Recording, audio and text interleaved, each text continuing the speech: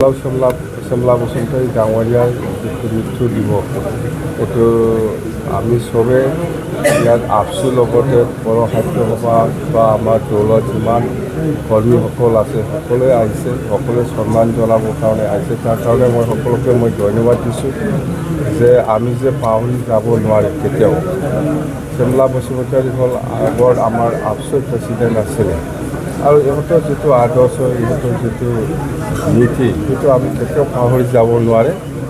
ইহঁতৰ আদৰ্শ, ইহঁতৰ নীতিমতে কাম কৰাৰ কাৰণে আজি আমি জ্যোতিশ্ৰী পাবলৈ সক্ষম হৈছে আৰু ইহঁতে যিটো আদৰ্শ লৈ পেলাই আমাক দেখাই গ'ল সেইটো আমি কেতিয়াও পাহৰি যাব নোৱাৰোঁ। সেইটো আদৰ্শ নিজেৰে আমি আজি কাম কৰি আছোঁ আৰু কাম কৰি যাম। মুঠতে ইহঁতে যিটো উদ্দেশ্য লৈ পেলাই বড়োলেণ্ড মুভমেণ্টত আগভাগ লৈছে বা লিডাৰশ্বিপ লৈছে, সেইটো নিশ্চয় এটা সময়ত আমি সফল কৰিব পাৰিম।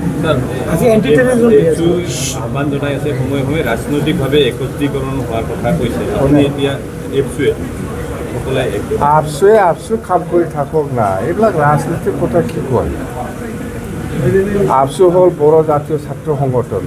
বড়ো সমাজক কেনেকৈ ওপৰত লৈ যাব লাগে, এডুকেশ্যন হওক বা সাহিত্য হওক বা এইবিলাক কথা কওক, ৰাজনীতিৰ কথা কিয় লাগি থাকে, কি দৰকাৰ আছে। আপচু নিজেই ইউপিপিএল, তাতে বহি পেলাই আমাক ইউনাইটেড হ'ব লাগে বুলি ক'লে হ'ব লাগে। এই স্থানৰ পৰা যদি আপচুৱে কোনোবা লিডাৰে যদি কৈছে, এইটো কিন্তু মহাপাপ হ'ব। এই স্থানৰ পৰা যদি কোনোবা আপচু লিডাৰে সেইটো কথা কৈছে, এইটো কিন্তু মহাপাপ হ'ব। শ্যামলাদা এনেকুৱা মানুহ নাছিল। সিহঁতে জানে শ্যামলাদা কোন, আমিহে জানো। এই স্থানৰ পৰা কৈছে যদি এইটো মহাপাপ হ'ব। আমি একেলগে হ'ব লাগে। এই আপচু আজিৰ দিনত যিবিলাক লিডাৰশ্বিপ লৈ আছে, সিহঁতে ডাইৰেক্ট পলিটিকেল লাইন। 5 বছৰ ইহঁতে চৰকাৰ চলাইছিল আপচু অফিচৰ পৰা, আৰু আমাক কয় ইউনাইটেড হ'ব লাগে। এই স্থানৰ পৰা যদি কৈছে এইটো মহাপাপ হ'ব। বেলেগ ছাইডৰ পৰা ক'লে বেলেগ কথা আছে, কিন্তু শ্যামলা বসুমতাৰী ডাঙৰীয়াৰ যিটো পৰিয়াল, ৱাইফটো চাকৰি কৰি আছে, আমি জানো, আৰু তাৰ ছোৱালী এজনীও চাকৰি কৰি আছে। ৰিহাবিলিটেশ্যন বুলি ক'লে মই ভাবোঁ যিহেতু পৰিয়ালৰ পৰা মোক এনেকুৱা দিব লাগে, এনেকুৱা হ'ব লাগে, এপ্ৰচ নাই আৰু দৰকাৰ নাই। ইহঁতে বুজা মানুহ, গোটেই ৰাইজে শান্তি থাকিলেই হ'ল। শ্যামলাদা বসুমতাৰী ডাঙৰীয়াৰ যিটো এই মেমৰি কিবাটো সদায় থাকিলে হ'ল, সেইটো যথেষ্ট।